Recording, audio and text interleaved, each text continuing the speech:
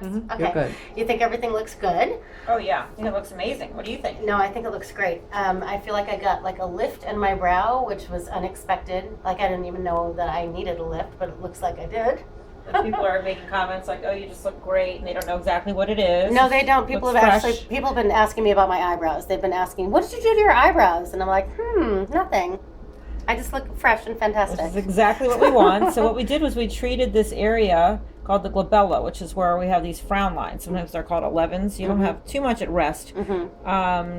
But this was your pre photo actually, the photo at rest. So we see some lines here at rest, and then we see some horizontal lines as well across the forehead. So we treated both of those areas, and you can see that at rest, if you compare this side by side in your 2-week follow-up, you have an increase in the distance between your lid and your brow. So you actually got a lift of the brow. Okay. That's because it's sort of like a double negative. We took the muscles that are pulling down on the brow and we released those to get rid of these lines. And by releasing those, we gave you a little bit of a lift of your brow. Okay. Then we very conservatively went and treated these muscles up here that cause these horizontal lines. That's a muscle up here. And you have to be very careful about that because you could actually drop the brow. Okay. So these muscles counteract each other, the brow elevator and the brow depressor muscles. So it's a fine balance. So we were able to get rid of both and still give you a lift.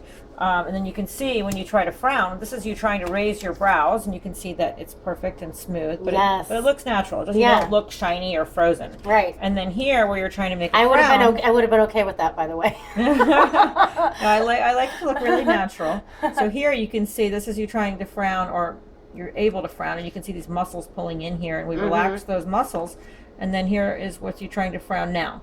So clearly, not only does it look better right now when you're trying to frown, but it looks better. These lines that were starting to form at rest are gone. So that's what we talk about with prejuvenation, that these lines eventually would have been more settled into your skin, and here we're preventing that from happening. If down the road, 5 or 10 years, it would be much harder to get those to zero like this. Okay. And then, here clearly, if you kept doing that, it's like creasing a sheet over and over again. If a sheet is folded for a long period of time, and then you open it up, you're going to have those lines. And here, and it seems like some slackening too, like some loosening of the skin, right? Yeah. So fast forward, if you don't do this and you don't prevent, you can get these lines really more deep in your skin that are actually more of a furrow that stays there at rest, and then that can be harder to get rid of. So this is really treating, but also preventing what we now call prejuvenation. Now, what do you think about, like, how often do you think I need to come back? Well, the Botox typically lasts 3 to 4 months at the dose that we use. The dose on the package insert lasts about 8 weeks. And when I was doing the original clinical trials for the approval of Botox Cosmetic a number of years ago, we noted that the 20 units wears off in about 8 weeks. So I typically use about 30 units, 25 to 30 units for my patients, and that will give you that 3 to 4 month duration. Okay. I also, way back when, published a study in the medical literature that shows the dose duration correlation of Botox. Okay.